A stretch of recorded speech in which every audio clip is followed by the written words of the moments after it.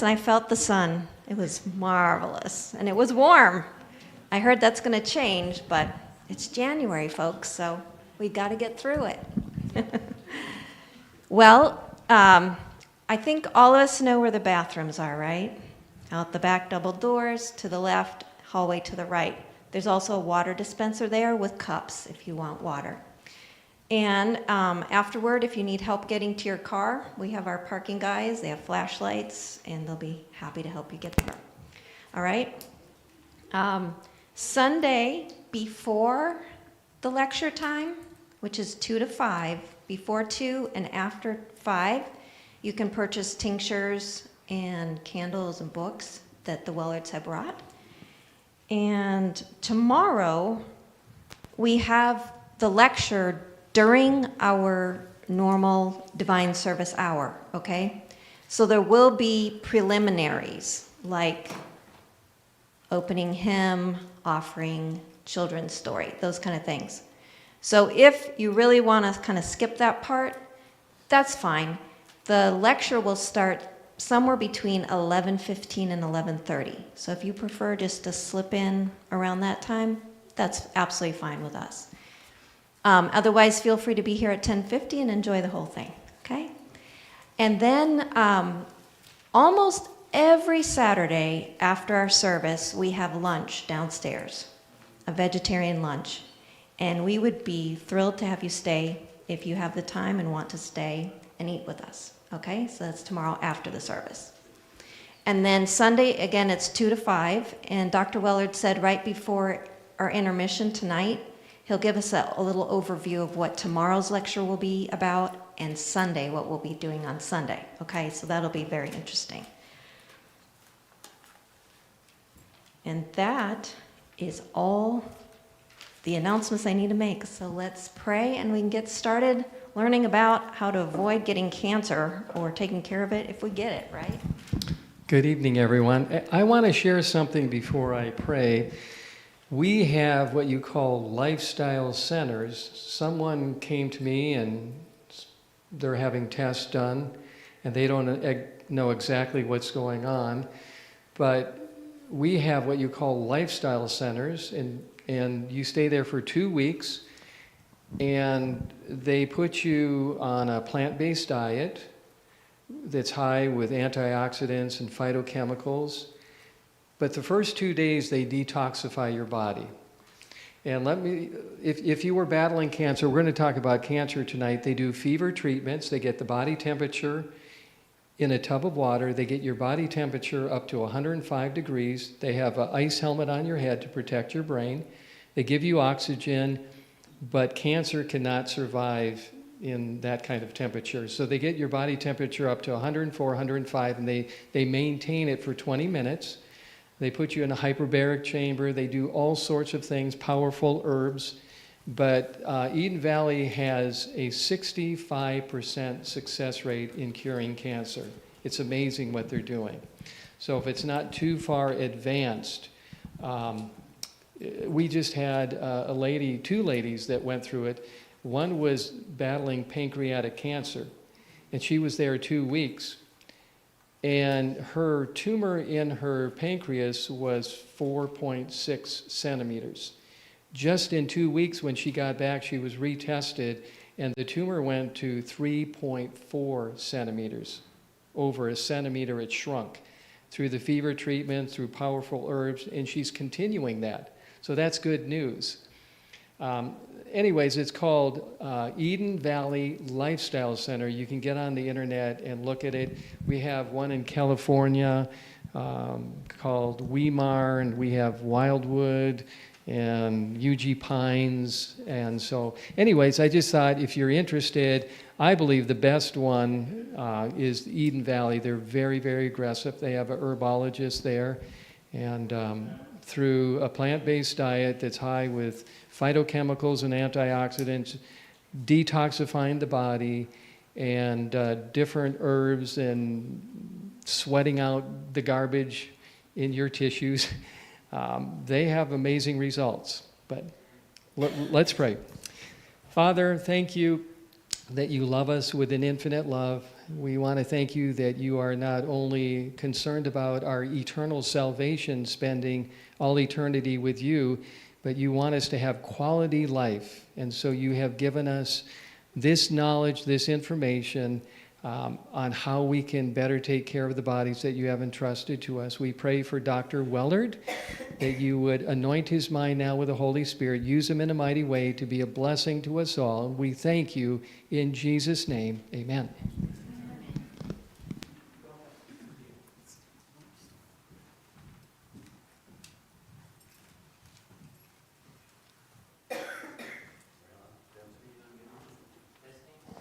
We on? Okay, great. Thank you. Well, good evening. Welcome back. It's good to see same smiley faces that were here yesterday. And I just want to add to what Pastor David said about lifestyle centers, because they play a very important role in helping people go through critical situations that may require more than just taking a pill or a supplement or, some simple remedies. So I want to say that I've been involved with lifestyle centers. In fact, I pretty much know every lifestyle center in the United States, and Eden Valley is, as was stated before, one of the very best in helping get over cancer. And if you're on third stage cancer or second stage or first stage, you have much higher chance to turn things around than when something becomes metastatic. When cancer becomes metastatic, it does become harder to treat. So just keep that in mind if you're in those periods of time where it could transfer to a metastatic condition. I definitely would recommend a lifestyle center. So thank you for coming. We're going to be covering a lot of ground, and I thought before I start on the pictures, I just wanted to give you a little breakdown of what cancer is, how it develops, and how you can best offset that. Now, as I mentioned yesterday, lifestyle is a key factor, right? And so we don't want to just take a supplement or a herb and just eat under the golden arches every day, right? We want to make sure that we use herbs intelligently as an adjunct therapy to a healthy lifestyle. And when we do that, then there's less damage being done in the body that the herbs don't have to correct all the time. So just keep that in mind when I'm talking about botanical remedies, that they are a key player, but they're not the only thing we need to incorporate. Lifestyle is very, very important when it comes to cancer. Now, why is it that we all have cancer cells in our body every day? Okay, we have on average about 5,000 cells that can develop into full-blown cancer every day. So why is it that we don't all have cancer? Immune system. Okay, immune system plays a critical role, that is for sure. But let me just share this with you, that cancer develops when there's more damage done on a cellular level that cannot be repaired, okay? So there's more damage done than the body can repair. And when that mechanism keeps going, it's just like me putting holes in these walls with a hammer, and there's someone coming along patching up those holes, but they can't keep up with me, and I keep creating more and more holes, and finally the whole building gets destroyed. All right, so the body is designed to deal with cancer, and it's a lot easier to prevent cancer than it is to reverse cancer. All right, so nearly all cancer can be prevented. Okay, a lot of cancer can be reversed. Some cancer can be slowed or retarded, and other cancers are very aggressive even with healthy lifestyle. That being said, I have seen some people who have been metastatic, like 4th, 5th stage cancer and still reversed. Okay, but it's a lot harder when you leave things longer. So, don't leave things too late, okay? Because then it makes more of a burden on the body, and, it becomes harder to correct those damages. So, we are going to go through some of the things that cause cancer, and then we're going to be looking at some remedies that can help. So cancer has surpassed heart disease as the #1 cause of death in the United States for people under age 85. Now, we have seen a dramatic increase in cancer, actually, especially the last few years, but you could say it really took off like about 40 years ago. Now, about 100 years ago, there were very few people that died from cancer. In fact, 200 years ago, it was hardly even a condition, right? So what's happened that's caused so much increase in cancer? Could it be the lifestyle? Could it be the foods we're eating? Could it be the chemicals we're exposed to? Could it be the stress that's compounded? Could it be things that we use every day? Like I have one in my pocket here. Okay. Phone, right? You've seen a dramatic increase in brain cancer. In fact, it's a leading cancer among children today, brain cancer. It surpassed leukemia. Don't ever give a child a phone to use, okay? Except in emergencies, okay? Because children, when they're on the phone, I always encourage people to use the phone away from themselves, just, use a speakerphone, right? But children have thinner skulls.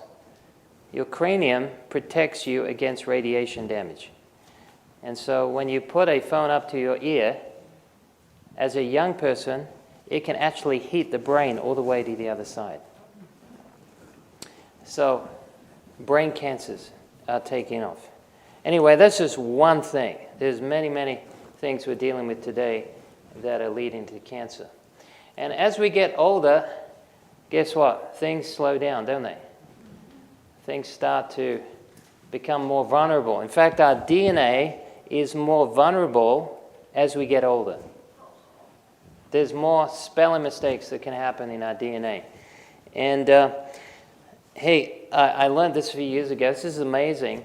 We have little enzymes that are like editors going up and down the DNA looking for typing mistakes. All right, and your DNA has about 3 billion letters in it. And they all have to be in the right sequence. Like A, T, G, C. They have to be completely aligned with the right letters. And if you mess up one of those letters and it's in the wrong sequence, then you have a higher tendency to develop proteins that could sabotage the DNA and cause more problems and lead to cancer developing. All right, so the DNA has these little enzymes go up and down the DNA looking for typing mistakes. And if they find one, they notify scissor enzymes. They come along, they splice out that part of the DNA that's faulty. It gets put back together, and you know nothing about it. It happens while you sleep. Okay? Isn't it amazing? You didn't even know it was happening. Every moment of the day, your body is correcting the DNA. It's incredible when you think about it. But as we get older, and there's more things that attack the DNA, like free radicals, okay, radiation, chemicals, poisons we're exposed to, and so forth, then there's more hits on the DNA, more repair needs to take place in the DNA, and this can lead to mistakes being made on the DNA level, and that can eventually lead to cancer.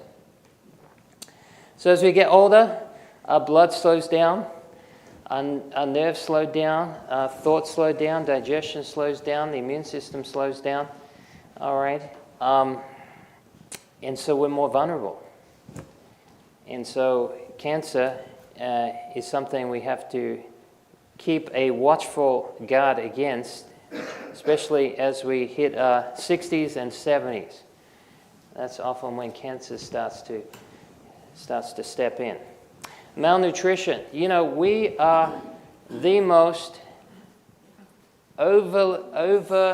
consumed with food as far as the nations go. We have the most food, most calories, but we have the poorest nutrition of any nation. And this can cause problems with the immune system, right? And overeating, obesity, dramatically affects the immune system. And, you know, years ago, people said that sugar doesn't cause cancer. Have you heard that before? And now we know it does. And it can cause breast cancer, it can cause prostate cancer, ovarian cancer, colorectal cancer, gastric cancer, melanomas, pancreatic, and endometrial cancers from refined processed sugar. And as the sugars increase, so also does the risk of cancer. And yesterday we looked at this slide here, but I didn't break it down for you, but 24 teaspoons of sugar compromises what we call phagocytosis. That means it actually inhibits the white blood cells from surrounding and engulfing viruses and bacteria, and also destroying cancer. And so you can wipe out 94% of your immune system response of 24 teaspoons of sugar for about 4 hours. Yeah, this is why we have more infections, we have more viral issues when we have high consumption of sugars. And it's not just sugars either. Things like the animals, the chickens, the cows, the pigs, and the poultry, all those types of things increase the viral load. And leukemia virus is a big one.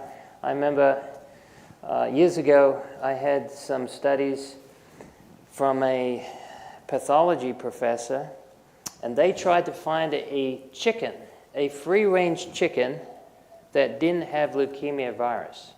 And she got chickens from all around the country, analyzed them, and tested them for leukemia virus. And she said she could not find one chicken that didn't have leukemia virus. Yes.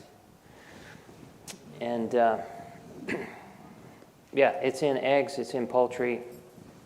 My father ended up getting leukemia 25 years ago, but he went in remission.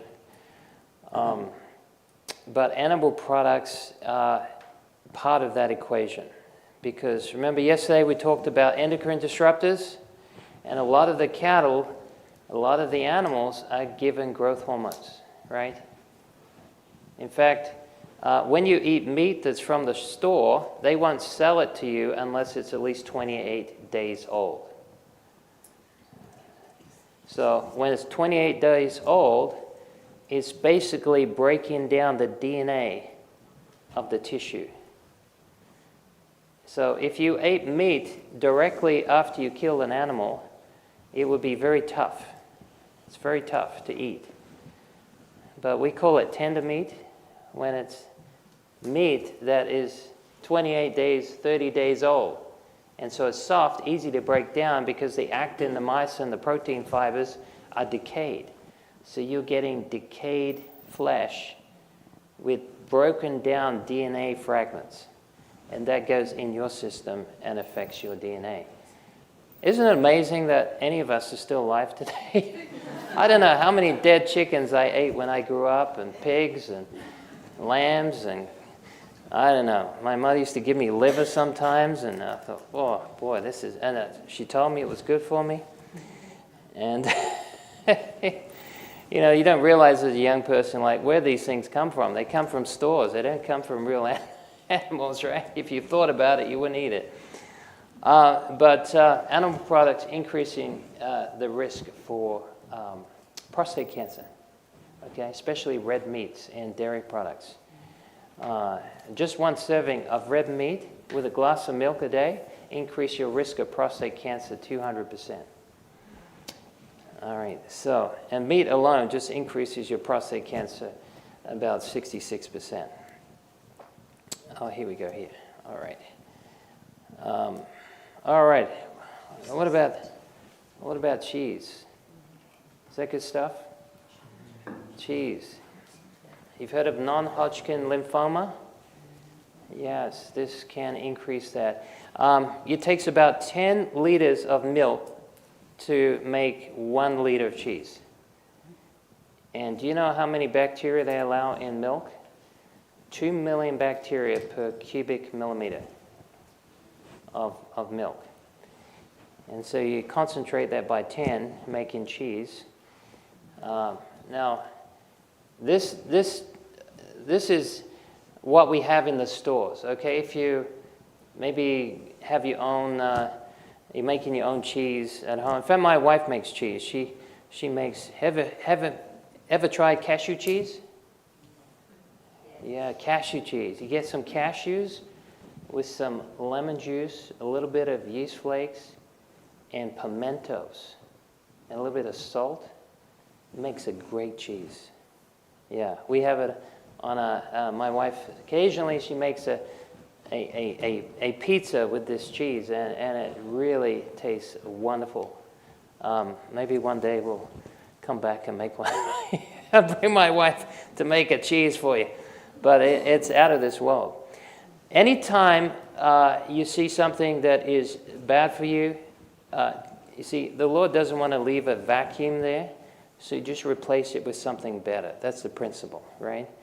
So I used to be a chocoholic. I ate chocolate every day. And I learned of carob. I use carob now. And I don't miss chocolate. But it used to make me irritated. You know, I have my chocolate every day. If I didn't get my chocolate every day, I'd get irritable and impatient and sort of a little on edge. So I use carob now. Instead of sugar, we use some unrefined, unprocessed honey. Sometimes we use coconut sugar. And don't miss the sugar at all. I mean, the white refined sugars. So just learn to replace it with something better. So DNA damage from meat eating is pretty high, especially if you barbecue it. I come from Australia, and we used to have barbecues, you know, say, throw another snagger on the barbie, we'd say. And you get these raw pieces of meat or these sausages and put it on the barbecue, and you would heat that to very, very high temperatures, and it would actually cause these heterocyclic amines to be produced, which are cancer-causing. So if you are going to use meat, make sure you do not barbecue it. All right, and milk. The more milk you drink, the worse your natural killer cells will function. Tripling your milk protein intake will triple your cancer risk. By the way, there's all these studies. You may not be able to see it well, but these are from nutritional and medical research papers that have been done. Protein and cancer. Protein, as much as we need it, is safe only in low quantities. Too much protein leads to suppress the immune system. Compared to a low protein diet, 5%, the usual protein diet, 25%, has been shown to promote tumor growth and the spreading of tumor to the lungs, so liver and the lungs. Anyone heard of the China study by Colin Campbell? Okay, so if you haven't read that book, I highly encourage it. It's the biggest study ever been done, nutritional study on cancer, showing that high animal protein diet is one of the triggering mechanisms to initiating cancer. Now, all cancer flourishes in an environment where you have poor blood flow and you have inflammation. All right, so if you want to develop cancer, just have a lot of inflammation, because the inflammation causes cell death, and it causes what we call these inflammasomes, and the cells do not like to be in that environment. So cells don't have many options. They can shrink, they can enlarge, they can die, they can multiply, and cancer likes to become a different shape. cancer cells are larger than your normal cells. All right? So a cancer cell is a cell that's basically lost its identity and purpose for living. Yeah. Did you hear what I said? It's lost its identity and purpose of living. All right, so, let's say you take a stomach cell and the stomach cell says, hey, I want to be a brain cell. I think it's better to be a brain cell. And it's not happy with what it is. It wants to become something different. And so the thing is that it can never be a brain cell because it's not designed to be a brain cell. Every cell of the body gets its same instructions from the same DNA. So why is it that if you've got the same program, that the liver cell is different than the kidney cell, which is different than the skin cell, that's different from the brain cell, if they all got the same code? You ever thought about that? Did you lie awake last night thinking about that?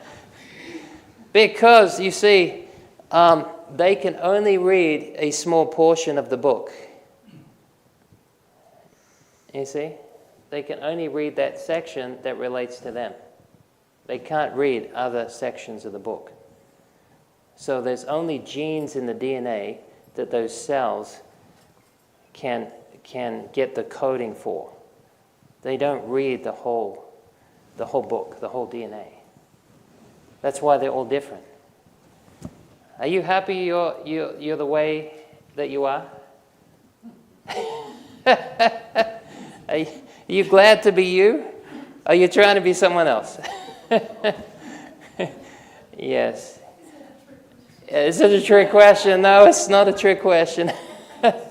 But we're in a generation today that is discontent with its present status quo. Always want to be something different. And I think it's good that you can be comfortable in your own skin. I think it's good that, there's no other template that is made other than you. There's not going to be another you, right? You're unique, you're special, you're chosen, you have a destiny. All right, so be content with what you are, okay? I'm not saying we all need to change. We all need God's grace to make us into better human beings. But our personality is unique, right? Our personality is unique. So here's what I learned about a cancer cell. Can I share with you more about a cancer cell? It's important for you to understand. The first thing a cancer cell, well, actually it's not a cancer cell yet. It's a normal cell. But the first stage to becoming a cancer cell, the very first step, is what we call self-sufficiency. Have you heard about that? It's a biomedical term. You look up a textbook on cancer. If you study cancer, they'll give you the stages of a cancer cell. And the first step, the biomedical term for it, is self-sufficiency. That means the cell tries to become self-sufficient. And one of the things that the cells do when they get self-sufficient is that they go into what we call social isolation. Social isolation. Okay? They actually quarantine themselves from other cells. And the cells around them send signals to them telling them it's time to die. You've heard of apoptosis? Programmed cell death, apoptosis. But cancer cells, they want to live forever. They want to be immortal. They don't want to die.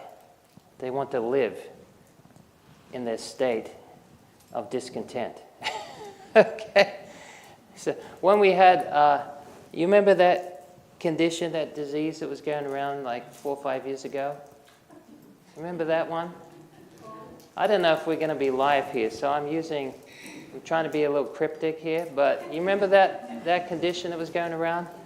What did they tell you to do?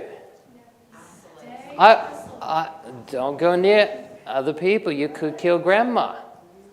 You wouldn't want to kill grandma, would you? No. All right, social isolation. Do you know that destroys your immune system? Destroys your immune system. Then we're told, cover up, right? Do you know children are 2 years behind in their development, in their social skills? Because of all the craziness that happened. And then you put fear into people, right? You put fear into people, and you can't shake someone's hand. That's a no-no. But you got to get the alcohol. Get the alcohol, right? Do you know what alcohol does in your hands? It takes away your acid mantle. You know what your acid mantle is? It protects you against viruses. Yeah, so you keep rubbing alcohol, but you would be safer shaking the hand of someone with a disease. Because when you shook their hand, you're going to build up antibodies. And when that goes on the skin, it's going to be dissolved by that acid mantle. Okay. It's amazing. We did everything backwards, didn't we? Everything backwards. How did that turn out? Amazing results, right? Everyone's happier today.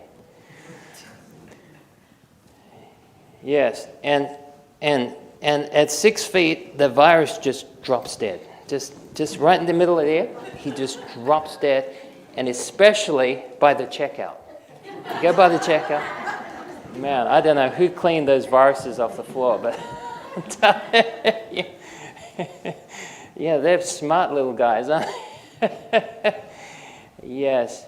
Have you heard of mass formation psychosis? Mass formation psychosis. It's a psychological term. There was a study done by a Yale psychology professor in the 1970s. And he wanted to know how you could take common people off the street and make them go along with a scientific experiment to kill someone. Have you heard about this? Okay, so he did this, and it was documented. And basically, they got actors to dress up like doctors, and they put the general public one by one into a room, and they were told to flip a switch, and it would send an electrical current to a man in the other room. And they were told to give this question to the person in the other room via telephone, and if they got it wrong, they were to flick a switch, and it would administer electric shock to that person. How'd you like to be involved with that experiment? And so the person in the other room, ow, like that.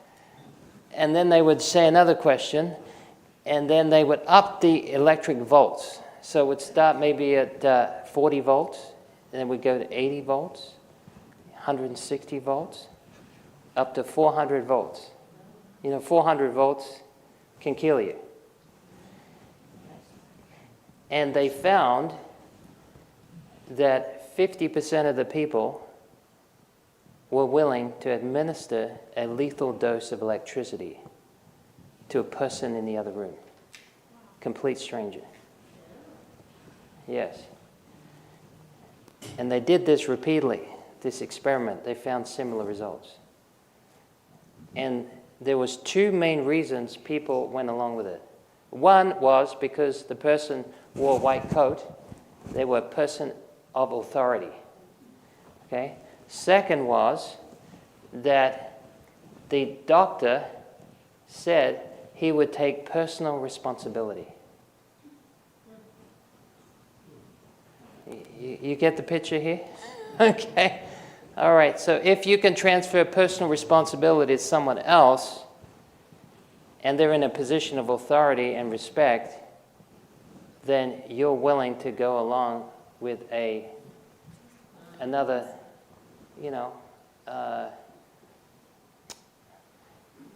what do they call them now?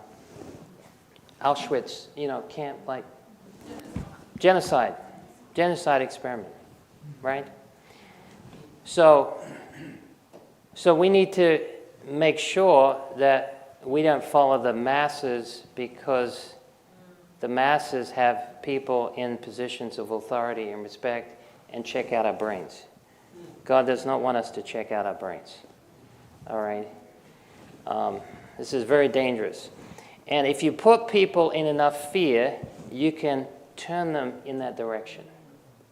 You see? Because the thing that checks out in fear is the reason centers of the brain. Did you know that?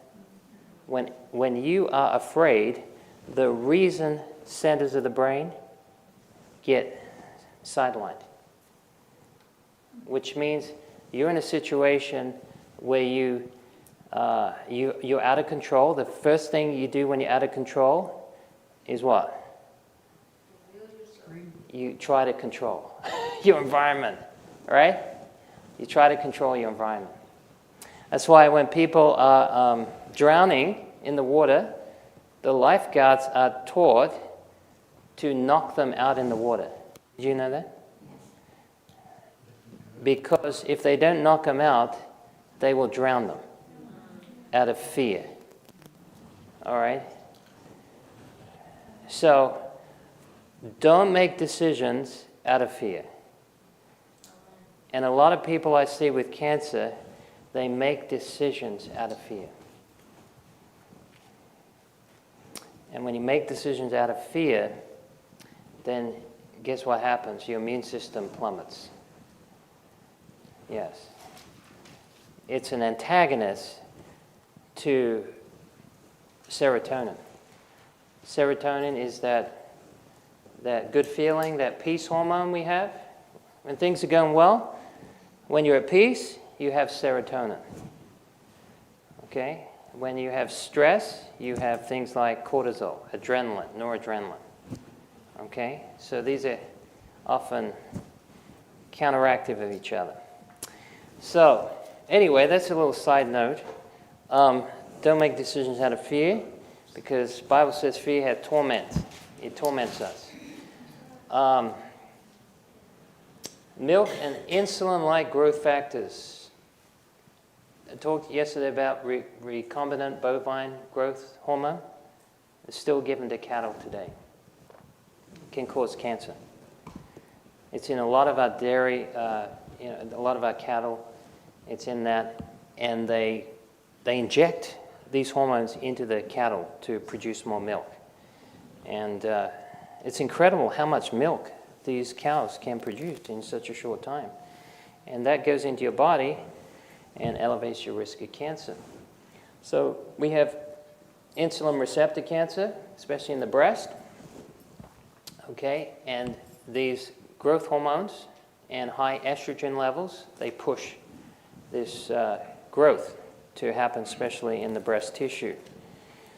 All right, and another thing about breast cancer that can really initiate the development of breast cancer is stress. I've seen this a lot. Stress is a big initiator of breast cancer. Here's why: because it shifts estrogen production. Because of, what did I say yesterday? The precursor to our stress hormones is the same as our sex hormones. All right? So that will affect the production of estrogen. And it will also suppress the body's immune system in fighting the cancer. Estradiol, which is a type of estrogen, is a cell growth stimulator, which is why it also promotes cancer. There is greater incidence of cancer associated with early onset of monarch, late menopause, hormonal replacement therapy, and postmenopausal obesity and abortion. And then the growth hormones that are found in the animal and the flesh, it dramatically increases your risk of breast and uterine cancers. All right, so here's just an idea of that picture. So a woman, average woman, has about 9 as far as estradiol levels go, okay? But when you push that up above 9, okay, over 9, has a 7-fold higher rate of breast cancer than that of women with undetectable levels. So you can see here a little bit of cheese, a little bit of butter, a little bit of U.S. beef, eggs, skim milk, U.S. beef dramatically increases that risk of getting cancer of the breast. Dietary fat is another one that you want to be careful of, and not all fats are created equal, and you want to be careful of saturated fats, especially animal-based saturated fats, and you see the countries that have the highest level also have some of the highest in cancer. Saturated fat, high saturated fat triples the risk of dying from prostate cancer. And then we have trans fats. Trans fats, often you see processed food, it says 0 trans fat, but read the label very carefully. It says 0 trans fats per serving. So if it's under like 1 gram per serving, then they can put 0 trans fats. But it could have 20 servings in there. And so that what they do is they get it under the detectable level of 1, and then they say 0 trans fats, because it's how they get around the label laws. Okay, so just be careful. If it says 0 trans fats, it probably isn't 0 trans fats. Okay, and then the more belly fat you have, the more risk of high estrogen levels that can increase your risk of breast cancer, and pancreatic cancer, rectum cancer, prostate, endometrial, gallbladder, cervix, ovarian. These all increase. Then we have chemicals, environmental chemicals, that there's so many of them. There's about 100,000 chemicals in the United States alone that we're exposed to every year. I mean, it's just amazing. And there's thousands and thousands of chemicals that can push cancer. You heard of DDT and DDT? These pesticides, or insecticides, these are very, very dangerous, and they're still being used today. They're still in people's bloodstreams. In fact, probably if we tested all your blood in this room, everyone's blood, there'd probably be not one person here that wouldn't have some detectable levels. And especially if you're eating stuff from the ocean, because this is where it amplifies. We have what's called biomagnification of these insecticides through large fish eating the smaller fish that eat the plants. So you could have 1 part per trillion of mercury in the water, but then when it goes through the fish, smaller fish to the bigger fish, it could be 1 part per million. All right, so it amplifies it and it concentrates it. And so this is what we call biomagnification. And so just be careful. We're a long way away from the pure waters of the Sea of Galilee 2,000 years ago. Yes, it's not so much the fish, it's what they're swimming in that's the problem. And we also have high amounts of polychlorine biphenyls. We have also carcinogens like FIP. We have BP oil. We have parasites. In fact, I had a friend in Georgia that he was a fisherman, and he would go out in the ocean and he would fillet the fish, and he would put them on a light box. And he said every fish he caught had parasites in it.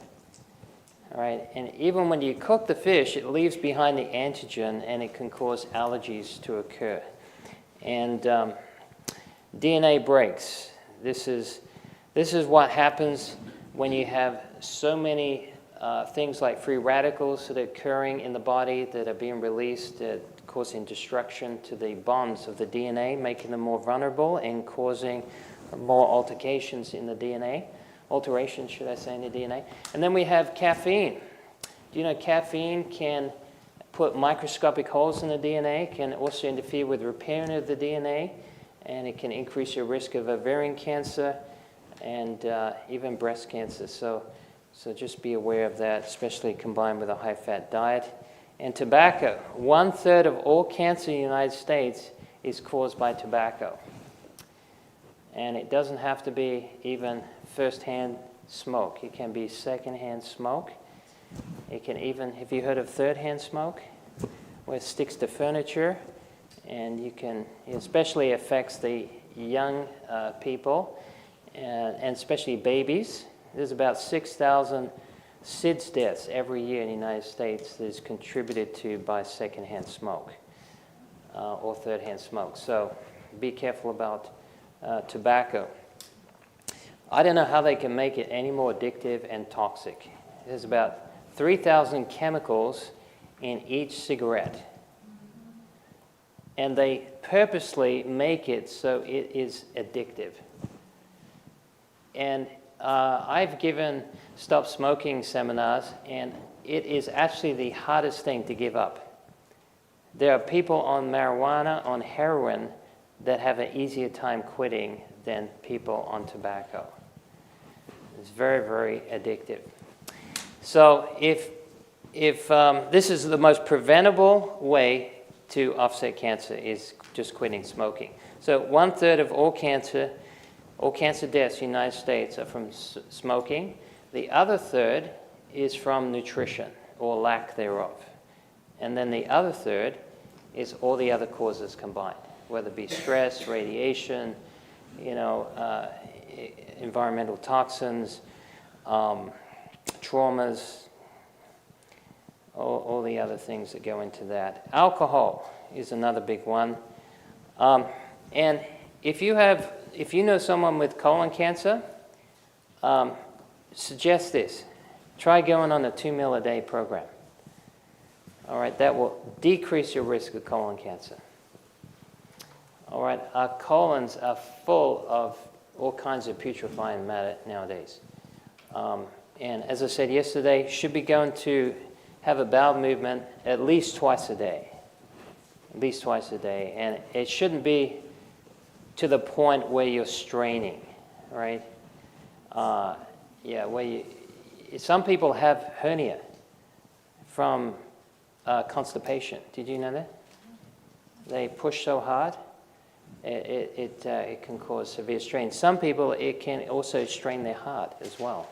So make sure that you're not compacted. This can cause tremendous problems in the bowel. And then we have food additives. If you see labels like this that you can't even make sense of, maybe you want to change your food. Okay? Yes. Chemicals in the immune system. A lot of chemicals in our paints, they're in our carpets, they're in furniture, they're in our clothes. I mean, we can't get away from them, but we can mitigate the damage. And some of the worst offenders are things like formaldehyde. Very, very toxic. Anyone got formaldehyde in their house? If you've got a carpet, you've got formaldehyde in your house. Yes, I remember one time someone donated to me a human brain. Yeah, it was a real brain, someone that died from alcohol. And it was in a jar that had formaldehyde. And so I used to take it with me when I did lectures. And I would take this brain with me, and I also had a set of smoker's lungs. And so I had the brain in the back of my car one day, and I felt this burning in my eyes one day. And I thought, what's that? And I thought maybe it was the air conditioner, And so it kept burning. And then I thought, that's weird. I never had that before. And then I went to check the back of my car, and would you believe it? I had a leaky brain. The top of the container had come slightly off, and the formaldehyde went into the trunk of my car, and then it was pumping it through the AC unit. Yes, so I had my car was full of formaldehyde. Very, very toxic stuff, So I put my brain in the garage because it was, by this time, it wasn't really, going to hold up very well. And then one of the neighbor's kids stole my brain. And I nearly put an ad in the newspaper, but I was too ashamed tell people I lost my brain. This is a true story, by the way. But formaldehyde, stay away from that. Hey, did you know that if you take aspartame, anyone heard of aspartame? Okay, do you know aspartame, it actually converts in the stomach to formaldehyde? There was 300 reports of pilots that couldn't land their plane properly because of aspartame that was in the soft drinks. They were given. Yeah, aspartame is really bad stuff. Formaldehyde is really bad stuff. So stay away from that. Petroleum products, and we have plastic products. Remember yesterday I told you if you heat plastic and drink out of it, that can be very toxic, endocrine disruptor. Salt even, wrong kind of salt. Now, I'm not telling you have no salt, but try to get a good salt, like Himalayan salt, rock salt. Some people use Celtic salt. Just don't get the stuff you get from the store because, you know, the common table salt is sodium chloride. It has aluminum in there as well, so it's very high in aluminum, and it will make your arteries stiff. And it will increase your risk, especially of pancreatic cancer, by the way. And yes, it's very hard on the blood vessels in the brain, particularly. Oxidative stress. Okay, so we have a lot of oxidative stress from things that are very toxic in our body, like things that are pro-inflammatory. All right, so things that are cancer-causing often produce oxidative stress, and this affects the DNA, and this causes damage to that double DNA strand. And then we have gastroesophageal reflux that can cause esophagitis and Barrett's esophagus. In Barrett's esophagus, because the esophagus won't stop healing and cancer develops. So it's often because of a lot of acid reflux going up there inflames the esophagus, and it can lead to Barrett's, and Barrett's can lead to cancer. So you need to work on digestion. Yesterday I mentioned about bitter herbs, very good for that. And melatonin. Melatonin is so important to protect us against cancer. It's one of the most powerful things to protect us against things like radiation damage. It is 60 times more important than vitamin C as an antioxidant. So very, very important for fighting cancer. And it's very interesting that people who don't get enough melatonin when they grow up, okay, they're more prone to cancer in their later years. All right, so early to bed, early to rise, that saying, it goes a long way when it comes to cancer.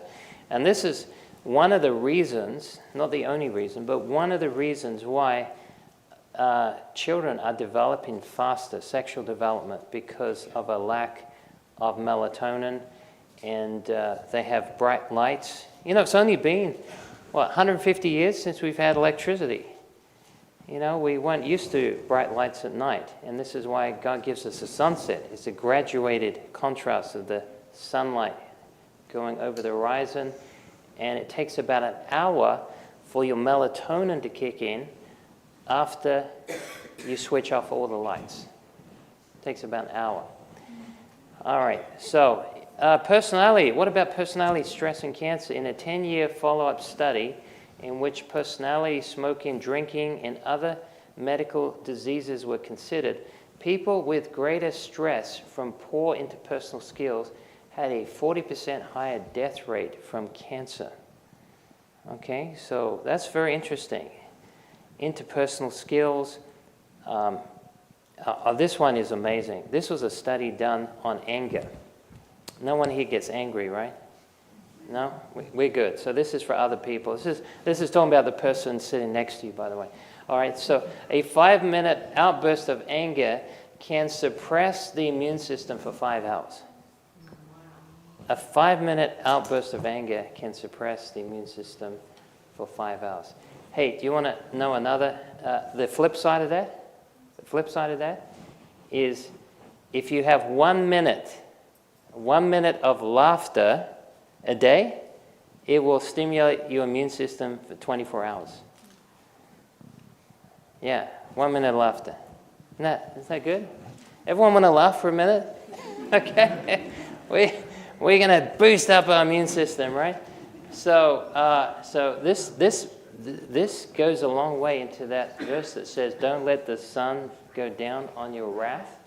All right, this is connected to that. Okay. How are we going for time here? So let's do this. Let's take a little break here. All right, we're going to finish on a happy note. And by the way, tomorrow morning, I'm going to be talking about how to have a healthy brain. Okay? We're going to talk about depression. We're going to talk about certain neurological brain conditions that are very common and how we can offset that through a healthy lifestyle. And we'll talk about a few botanicals as well. So, and then on Sunday, we're going to have a natural remedy seminar. We're going to be talking about all kinds of plants that we can use to help us with chronic ailments and common ailments. Okay, so make sure you come to that. It's going to be a great program. And I'm planning to make some herb tea for you all. Okay, it's called anti-aging tea. And so you're going to get 5 years younger than you came in. So it's worth coming just for the tea, okay? All right. All right, so take a 5-minute break. We're going to come back and we're going to end on the good news. I've given you a lot of negative stuff, but we're going to end on the positive note, okay? So we just got to get this out of the way first.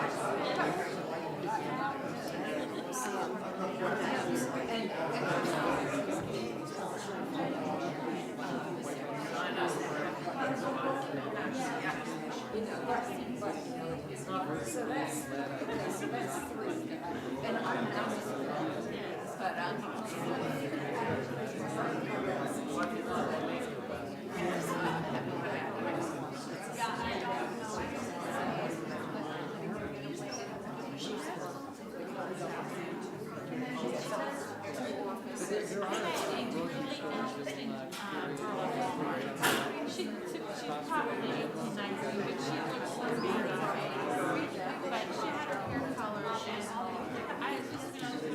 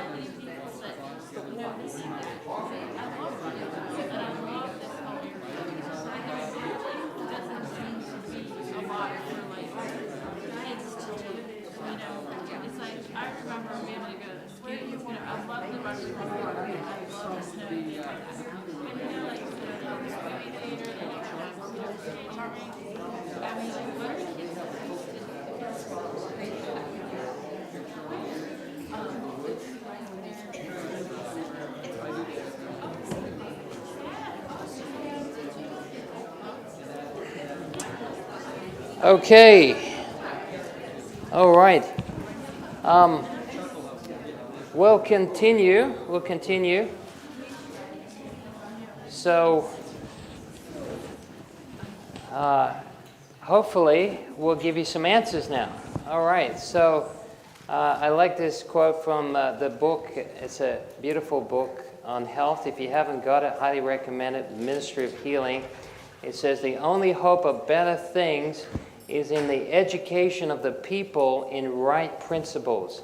Let physicians teach the people that restorative power is not in drugs, but in nature. Disease is an effort of nature to free the system from conditions that result from a violation of the laws of health. In case of sickness, the cause should be ascertained, unhealthful conditions should be changed, wrong habits corrected, then nature is to be assisted in her effort to expel impurities and to reestablish right conditions in the system. That is so true. So we're taught in our modern age that the way to help health is to attack disease by poisonous drugs. And you can never poison yourself back to health, right? I mean, it's true, right? We can't just take a poison and expect that we'll get well. Now, it may be for emergencies. If we have an accident, car accident, you need a painkiller, that's fine. But as far as chronic disease, it falls down flat. So, do I have a mic issue here? All right, okay, thank you. I wondered how come I kept on Okay, is it? and boxing us and Okay. we will fix Oh, all right. Thank you. it. You bet. Terrific. Thank you so much. All right. Pure air, sunlight, abstemiousness, rest, exercise, proper diet, the use of water, gratitude and rejoicing, benevolence, trust in God's love and care. These are health's greatest safeguard. Right there. That is the remedy right there. Pure air, sunlight, abstemiousness, which is temperance, rest, exercise, proper diet, the use of water, gratitude, rejoicing, benevolence, trust in God's love and care. These are the greatest safeguards. So, did you know that indoor air often has twice the amount of carcinogens as outdoor air? Yes. And unfortunately, we're in a society today where most people are working behind a computer screen. And so we don't get the exercise, we don't get the movement that we used to. We're not getting the fresh air, the outdoor, air and the sunlight and those ionized molecules. We call them negatively charged particles that help improve immune system. So make sure you get outside as much as possible. It was a beautiful day today, wasn't it? It was a great day for a walk. We went out for a lovely walk. We sat in the sun, got a sun bath. It was just fantastic. Gardening, by the way, is one of the best ways to recover from cancer as far as an activity goes. And do you know there are immune-enhancing substances in the soil that when you put your fingers in the soil, there's actually immune-enhancing properties that go under the nail bed and actually end up in the bloodstream and can actually protect you, your immune system. It's amazing. And then, dirty hands, that's right. Nothing wrong with dirty hands, right? If they're in the dirt, except the manure. You've got to be careful about that. All right. And vitamin D.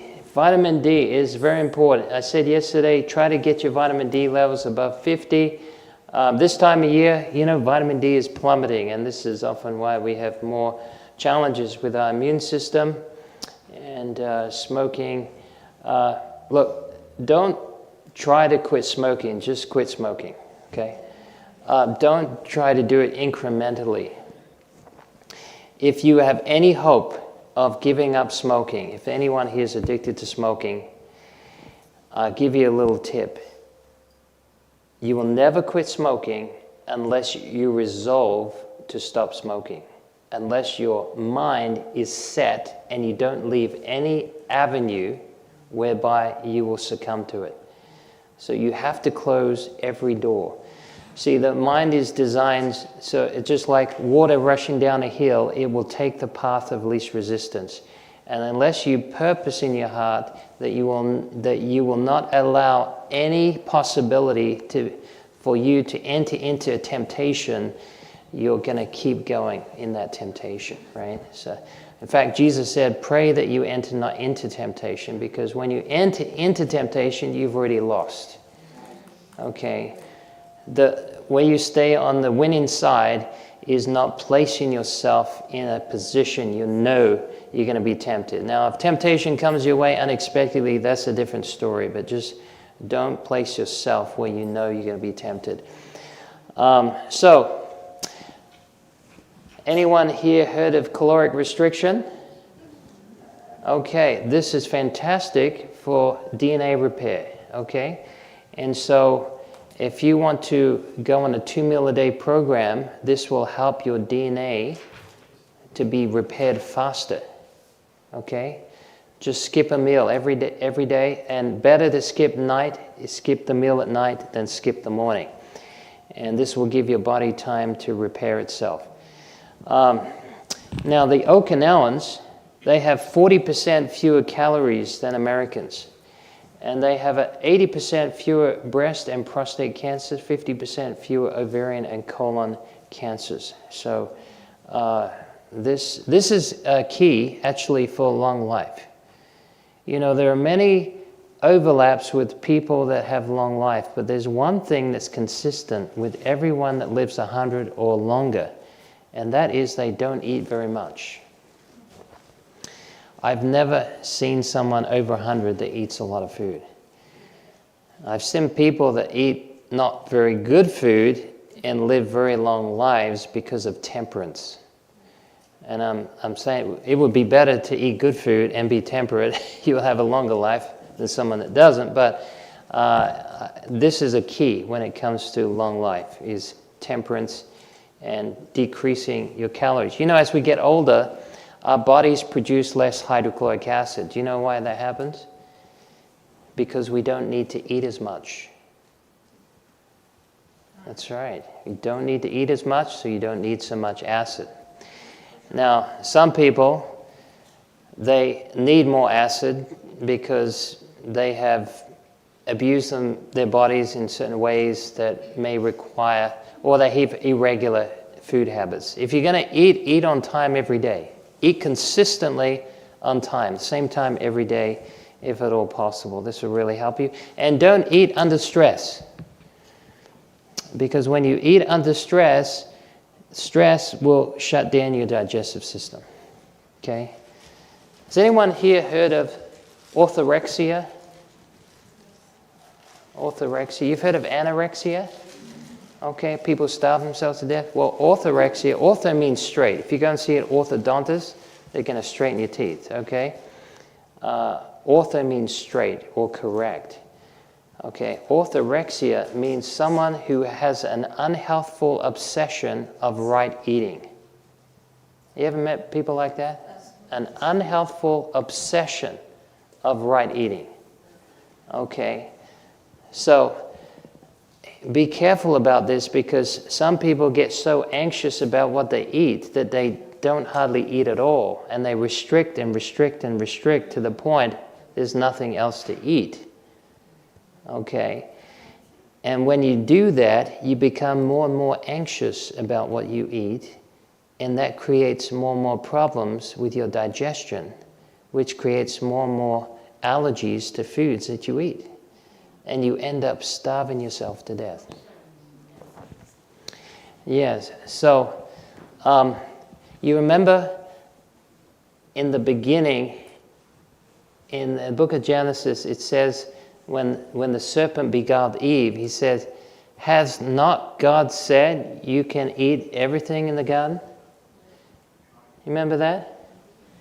In other words, the devil was focusing Eve's mind on the restriction rather than the abundance. Okay? And so if you focus too much on the restrict, now I'm not saying there are certain foods you want to you want to stay away from.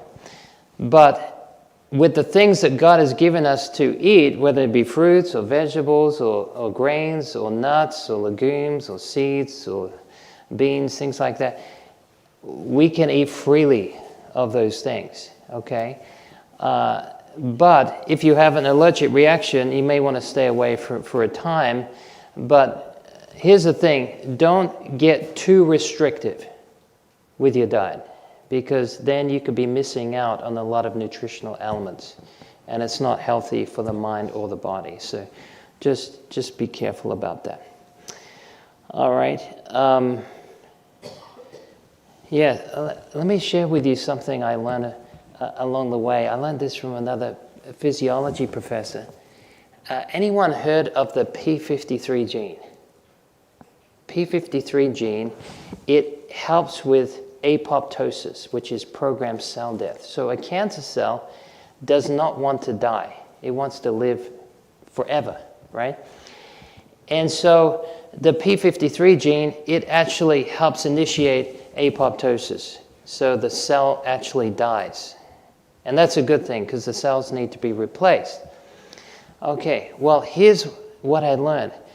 That the cell has a cycle, a 7-day cycle. Yes, it has a 7-day cycle. And if you work 7 days a week constantly, you don't have a day off, you're more prone to developing cancer. Isn't that amazing? Yeah. Do you think God sort of built in an antidote for that? I think so. He gave us a day of rest, right? And did you know something else? I learned this. Every 7th day, no matter where you are in the world, your pulse rate is lower. Your blood pressure is lower.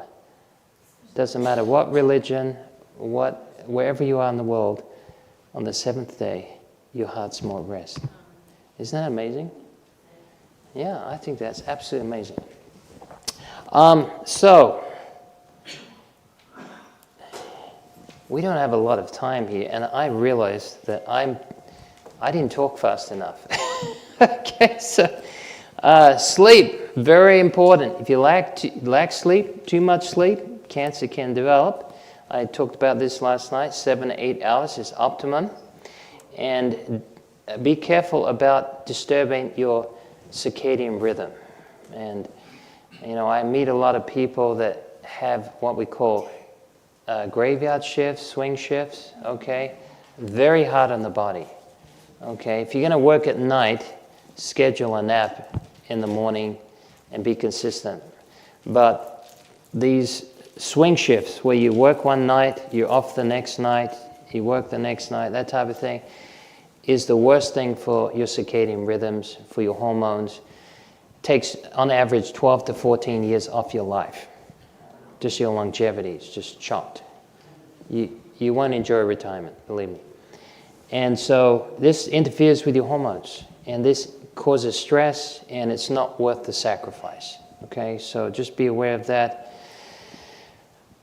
This is interesting. Seventh-day Adventists have higher levels of immune-stimulating antioxidants. Vegetarian Seventh-day Adventists have even higher levels of immune-stimulating antioxidants. Have you heard of the Blue Zone by Dave Buettner, the New York Times bestseller?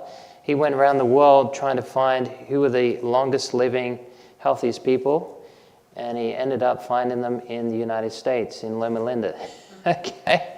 And he studied Seventh-day Adventists, and they had on average lifespan of about 87.5 years. The next was you had the Okinawans and the Sardinians, about 81 years, 81 and a half years.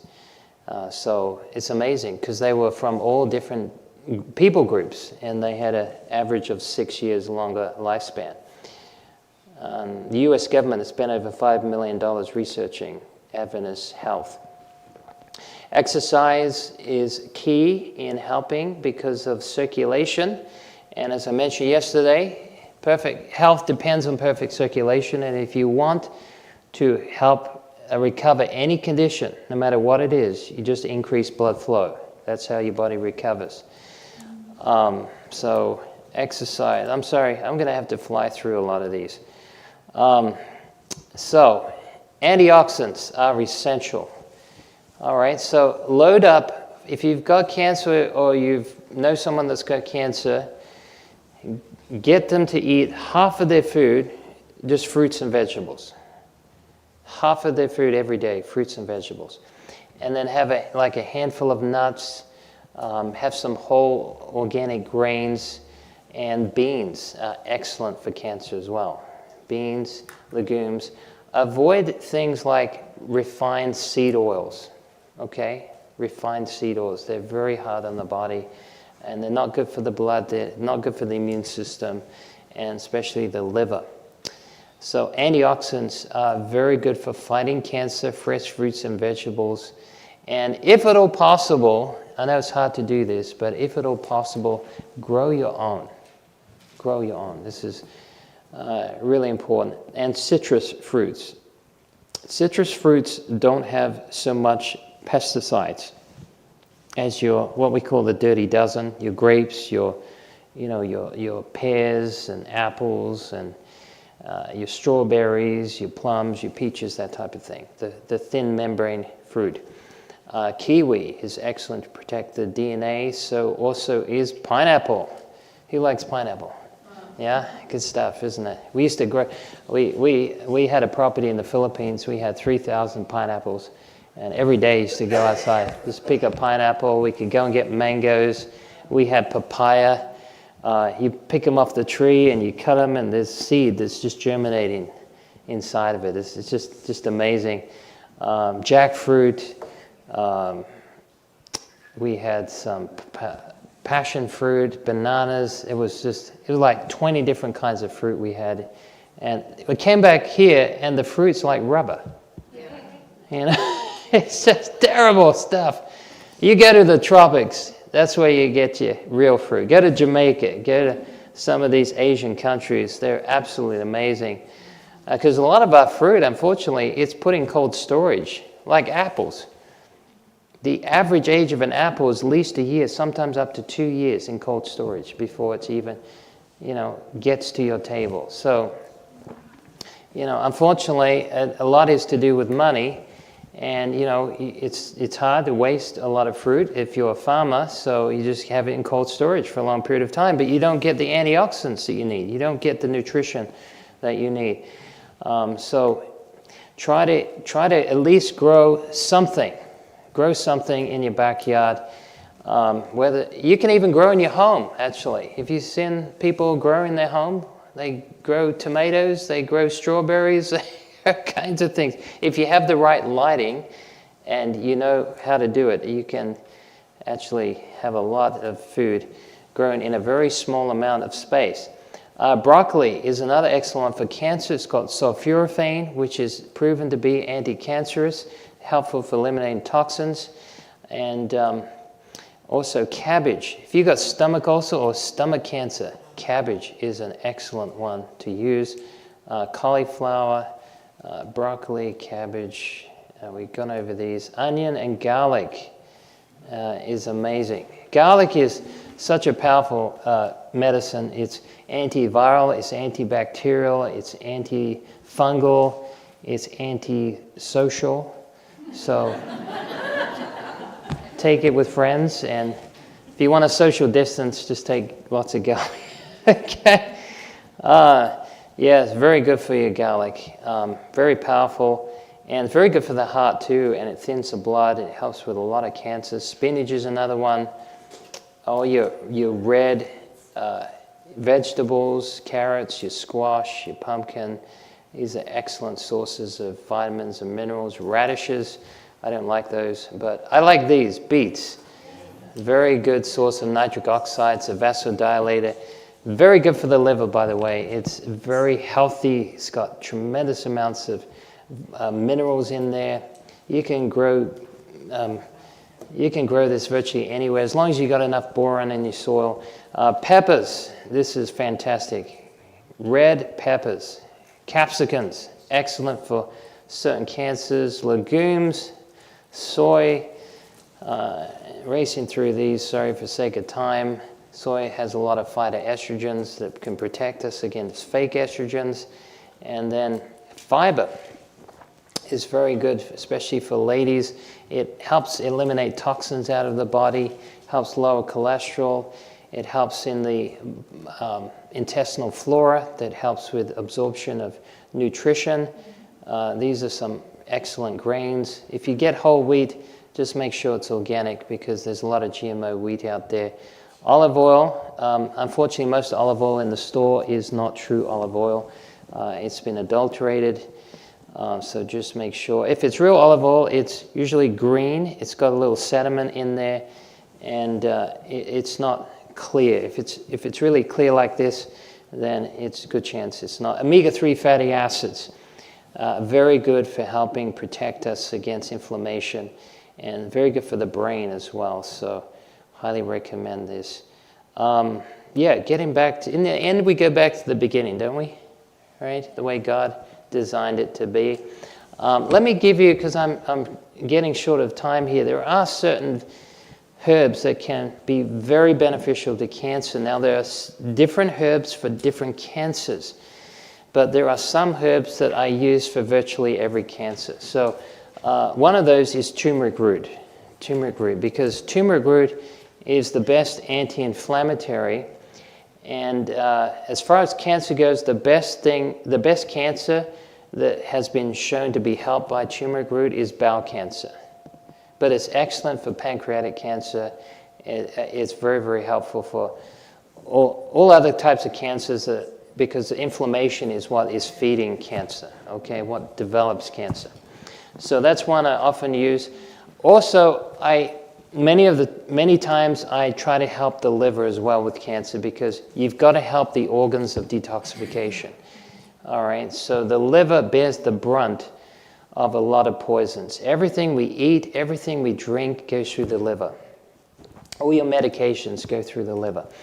And so the liver converts those to metabolites, and that's what's used in the body.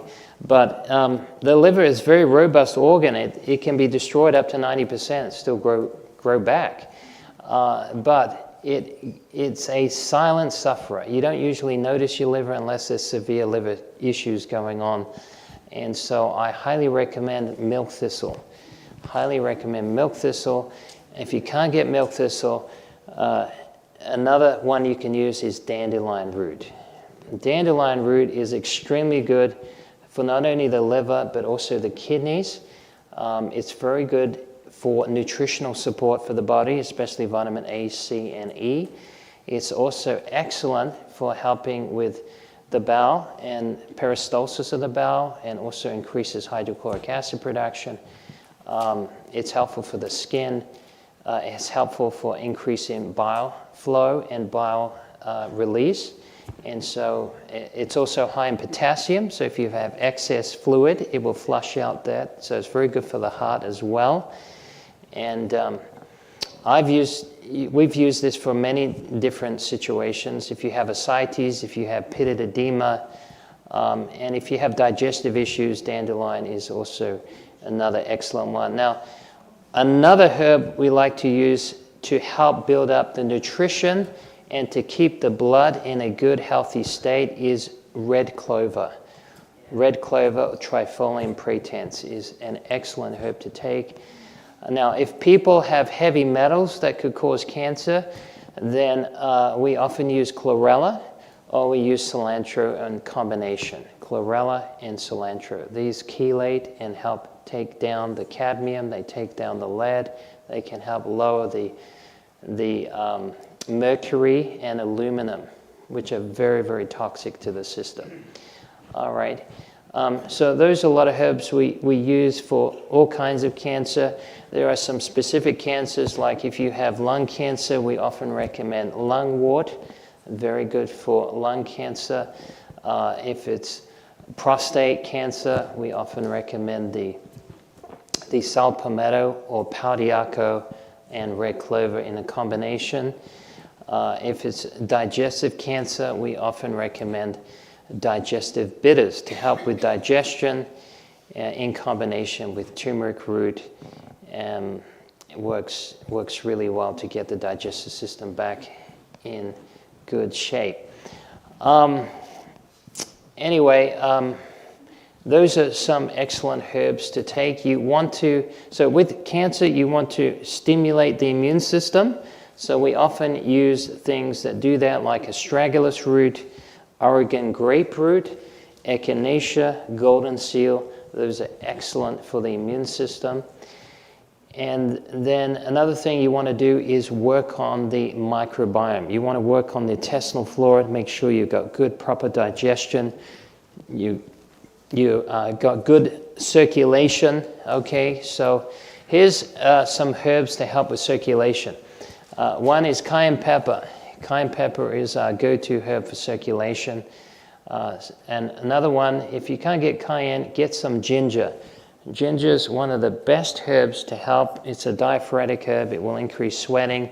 It will help stimulate blood flow throughout the body. Another one to use is hawthorn berry. Hawthorn berry helps with the heart muscle. It helps increase the ejection fraction. It works on the left myocardial contraction, and it stimulates more blood flow through the body. So that's an excellent one to use. And then there's ginkgo biloba. Ginkgo biloba is a very good herb to take to stimulate blood flow systematically. It's also very good for the brain. It's good for memory. Don't forget that one. So ginkgo is the #1 herb for memory. Okay, some people use it for Alzheimer's. And then having large amounts of good nutrition, right? So making sure that you get enough minerals, especially the minerals to pay attention to with cancer. Zinc. Zinc you can get from pumpkin seeds. You can get the supplement, but they're highest in pumpkin seeds. You can also want to pay attention to iodine. And what one we use is potassium iodine. Okay, now iodine is essential to repair in the body. It's not just for the thyroid. It helps with the immunity. It helps in neurotransmission. It even is used by the body to repair glandular tissue. So it's extremely important. Most people are deficient in iodine, and you don't get enough of it in the soil. That's the problem. And then another mineral to use is selenium. Very, very important. Selenium goes with iodine. It uptakes it better in the thyroid if you use it in combination with selenium.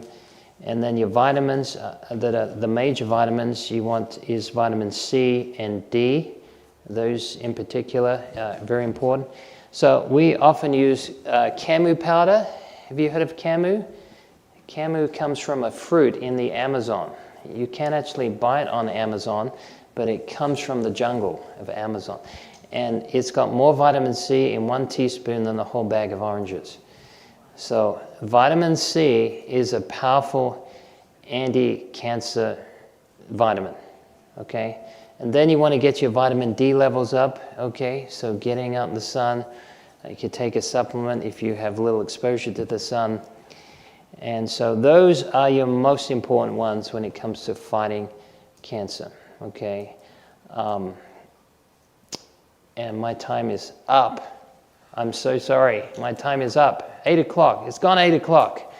I tried my best. Sorry. Do we have time for a couple of questions? All right.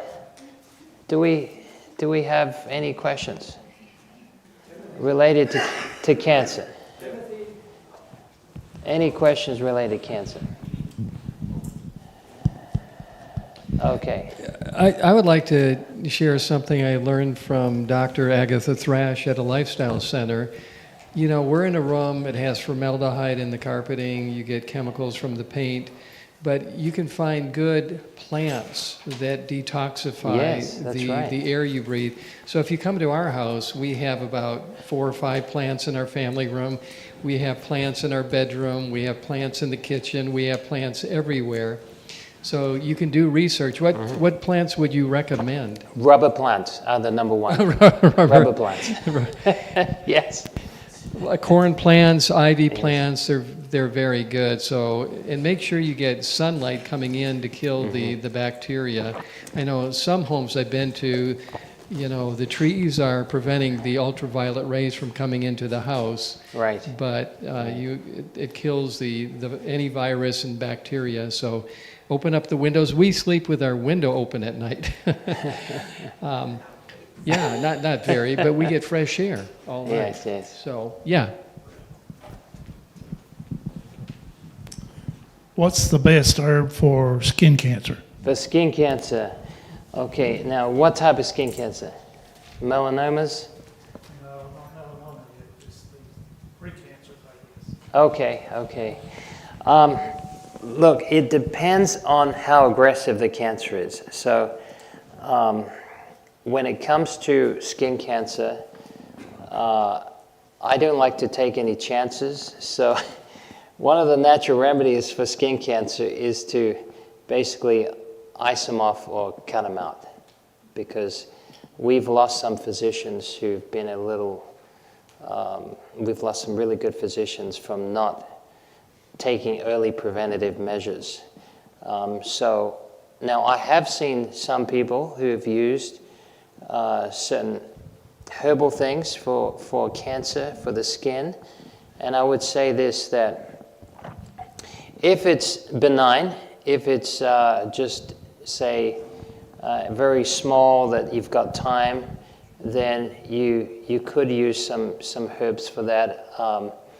But I would say this, don't use black salve. Don't use black salve, okay? Black salve is high in zinc chloride, and it burns the skin. And this is one of the common things that's used for skin cancer. And it actually can basically necrose the skin. And some people don't actually have cancer, and they put it on, and it gives the appearance of cancer, and then their skin falls off, and they think they've got rid of the cancer. So that's one I wouldn't use. Now, I have seen people use herbs to prevent the cancer getting worse, but in my opinion, if there is a possibility for that skin cancer to develop, I would personally ice it off. That's what I would do. I wouldn't take chances with it. Is there any kind of herb he can take that would internally, externally, like? Any way you can build up the immune system is going to help with any type of cancer. Okay. So some people use milk thistle, some people use turmeric root, and you certainly can use those things, but I just wouldn't take the risk. You know, there are limitations to herbs. I just want you to realize that, you know. Like right now, I have a rotator cuff injury on my left shoulder. I've got to see a surgeon in a couple of weeks. And even though I'm using natural remedies on it, if it's torn off the muscle, if it's more than 50% retracted, no amount of natural remedies is going to put that back. Okay, I'm going to have to need surgery to put that back in place. So surgery does have a place. Icing, you know, burning off a potential, you know, melanoma, for example, definitely has a place. You just have to know what the limitations are and what the risks are with each procedure you're going to use. So surgery is usually my last resort. It's not my first resort, but it is still a resort. Any other questions?